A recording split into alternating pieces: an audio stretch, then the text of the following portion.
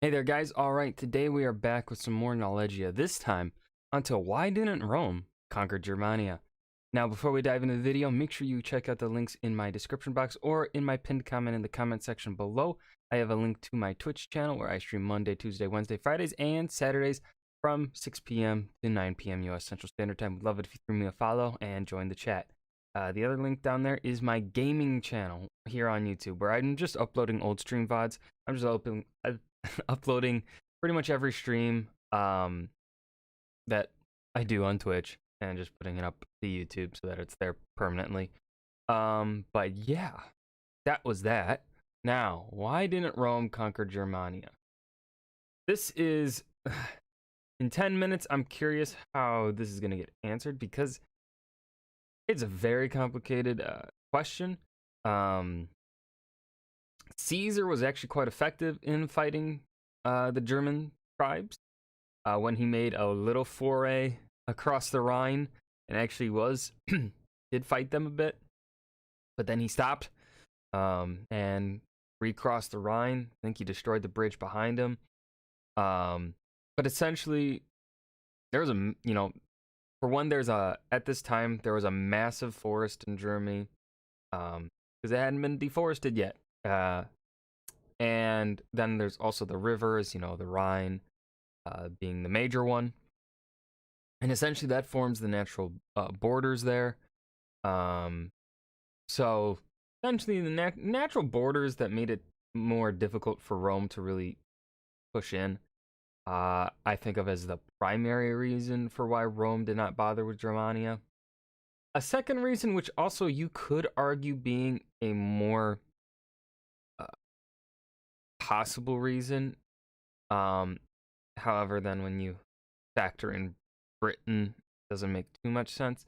But essentially, cost to profit ratio there. The cost of sending in legions to fight the Germanic tribes, and then the cost that it would take to pacify the region, compared to the potential resources that you can get out of said region and potential taxes that could be collected from the region, perhaps is probably not gonna be too worthwhile compared to continuing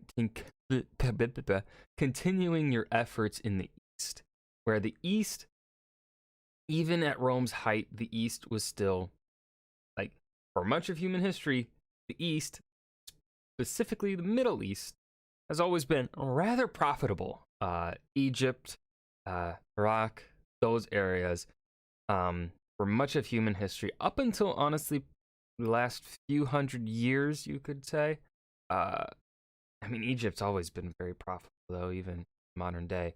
But the shift didn't really start happening until, honestly, the late medieval period to Renaissance is when we kind of started to see that shift more towards Europe and less towards the Middle East in terms of wealth.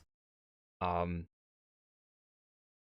I don't know why I went on that tangent. But anyways, my primary reason is geography. Second reason is cost. Been too costly and not worth the profits, right? Britain was essentially also kind of useless to the empire. Nero, I've heard arguments made that Nero wanted Boudica to slaughter that Roman legion up there, or at least win a battle so that he could just get rid of Britain. Britain was a waste for Rome, essentially.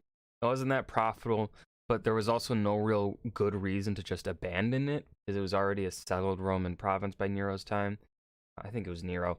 And then, yeah, Boudica rebels, and he's like, please win, and then the legion miraculously wins, and so he's like, fuck, I guess we're stuck with it. 4-minute tangent. Let's go ahead and dive into the video.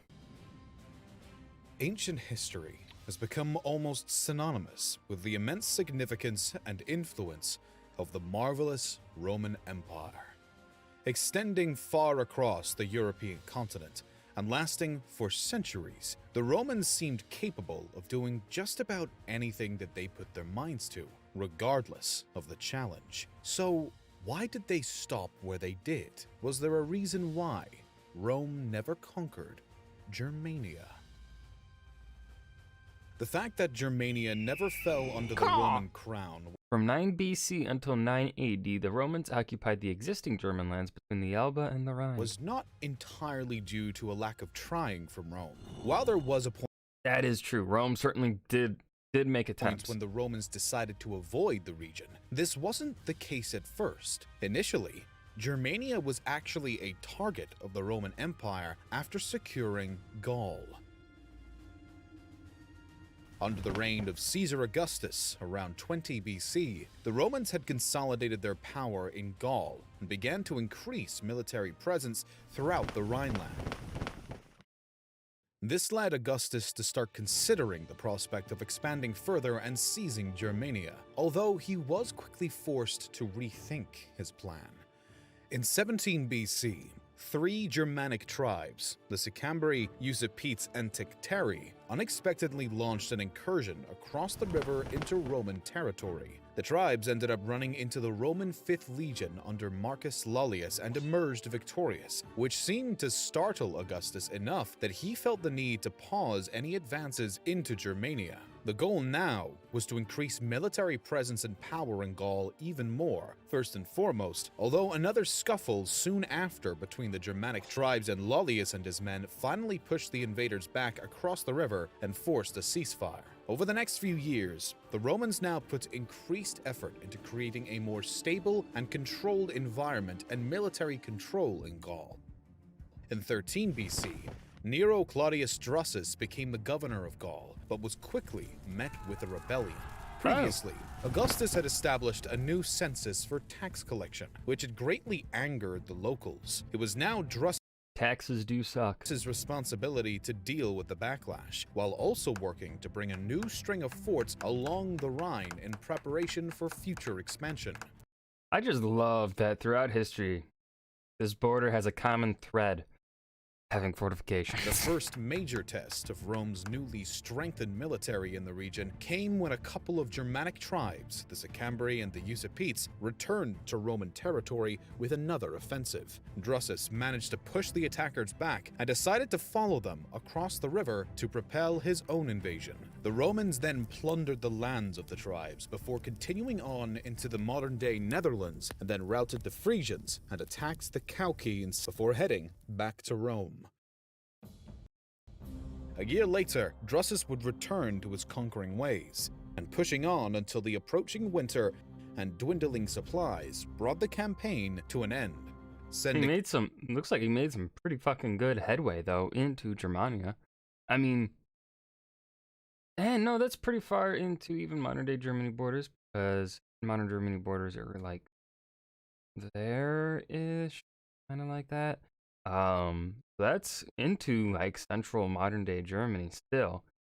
That's some good fucking sending the Romans back to their own territory. As they tried to return home, they were attacked once again by a Germanic tribe and were nearly defeated without ever reaching Gaul.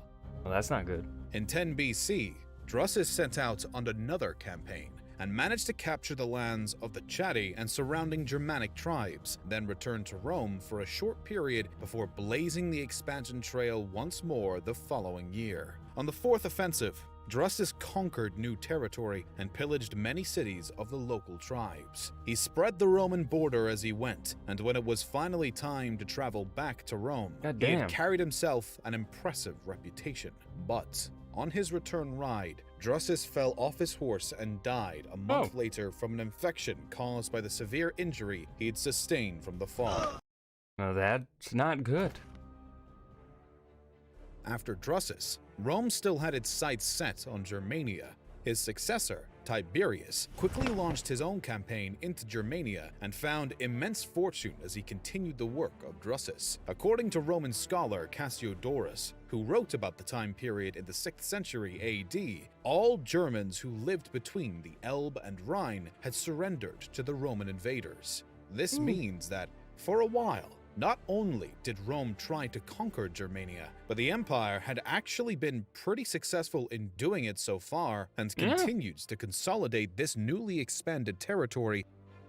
Tiberius continued to push through the Rhineland and actually began to form friendships with some of the campaigns in Germania made by Tiberius, Ahenobarbus, and Saturnius. German tribes. It appeared that Rome would easily continue to stretch its border over more and more of Germania with little resistance. Tiberius had more military bases built and began to show special favor to the Cherusci tribe, of which one member, Arminius, would later play a major role in what would happen to the Romans in Germania.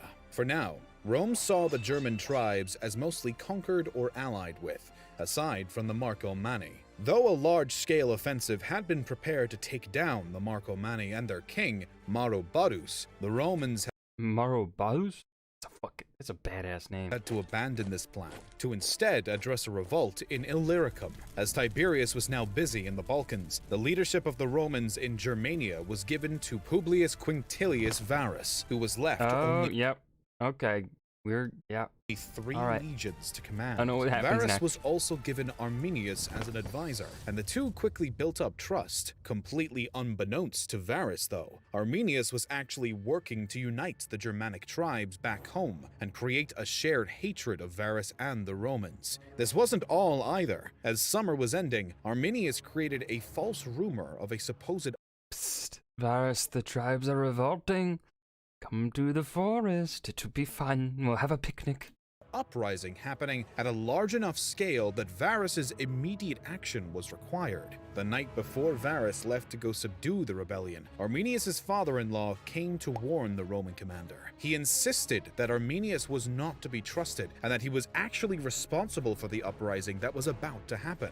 Varus quickly blew him off and accused him of acting on a personal vendetta against Arminius. With that belief, Varus left the next day with Arminius at his side, commanding him on a detour route that he claims would give the best positioning for an ambush. Goddamn. Isn't this what this show on Netflix, is it called Barbarian? No. Can't remember. It's like that show where it's like they're speaking like Latin and I think German. Right? It's like a dual language, or is it like Italian and German? I don't know. I haven't watched it yet. Is that what this is based off of? Because this kind of like deception would totally make a good show. At some point along the way, the men separated, as Arminius alleged to be going out to gain support from local Germanic tribes, but was instead gathering his own army that he had created prior behind Varus's back. As the Romans marched along through a narrow gap of forest between a hill and bog, completely out of any type of battle formations and barely fitting through the 60-foot wide space, German troops suddenly began to arrive on the scene. The Romans were at a major disadvantage, as the Germans launched their own attack. The terrain was to no aid of the Roman troops, but furthermore, Arminius knew their every strategy. After being raised in Rome as a hostage tribute from his father, he knew exactly what they could and would do, and was one step ahead at all times with his own commands. The Romans were quickly hit with significant casualties as they spent the next 24 hours trying to gain traction to fight back or simply escape. Varus would soon fall on his own sword after recognizing that there was no other way out without becoming another victim of the Germans, and his other commanders did the same or were struck down as they tried to flee. The Roman troops were left leaderless and swiftly fell to the Germanic tribes in a vicious one-sided battle. The conflict ended with roughly 15,000 Roman casualties and the complete removal of all things Roman from east of the Rhine. Though the surviving Roman legions in Germania managed to keep Arminius and his troops from invading into Gaul, there was nothing more for them to do in Germania. When word reached Emperor Augustus, it is said that he was so disturbed by the defeat that he stood shouting, "Varus, give me back my legions," while hitting his head against a wall. Although there I've not heard the hit head against a wall bit. Of course, I've heard the quote, but not the hitting head. are many theories as to why this event ended Rome's conquering ambitions in Germania, one thing is clear: Augustus would not risk it again. He sent his nephew, Germanicus, to avenge the lost legions, and there was surely some success at first. But after defeating Arminius and feeling they'd sought enough revenge, the Romans pulled back and decided to remain on their side of the Rhine. With the previous devastating defeat still haunting the minds of the Roman leadership, they decided that the potential gains of seizing all of Germania did not outweigh the risks it undeniably posed. While there is a multitude of reasons that may have contributed to the new Roman belief that Germania didn't offer enough to make the risks they'd have to take to conquer it worth it, the Romans weren't able to hold Germania for long due to a variety of reasons. Germania was a place full of forests, few roads, with no cities except the ones the Romans built. Thus, it was hard to maintain power. I think I kind of mentioned that. I mean, I did say before geography. The tribes there had little to offer and were aggressive towards the Romans. And you could make that same argument with Gaul. And the Romans decided that further conquests of hostile territories were not worth the effort and retreated to a more defensive position on the Rhine while focusing on other campaigns elsewhere. Kind of going a bit into the whole thing I was talking about earlier, where a conquest of Germania is way less worth it compared to, say, a conquest of the rest of Anatolia. I don't know if they ruled Anatolia entirely yet by this time, or the conquest or a conquest of Israel or Egypt or whatever. Those would be far worth in the eyes of the Romans, would be far more worth it than trying to pacify Germania.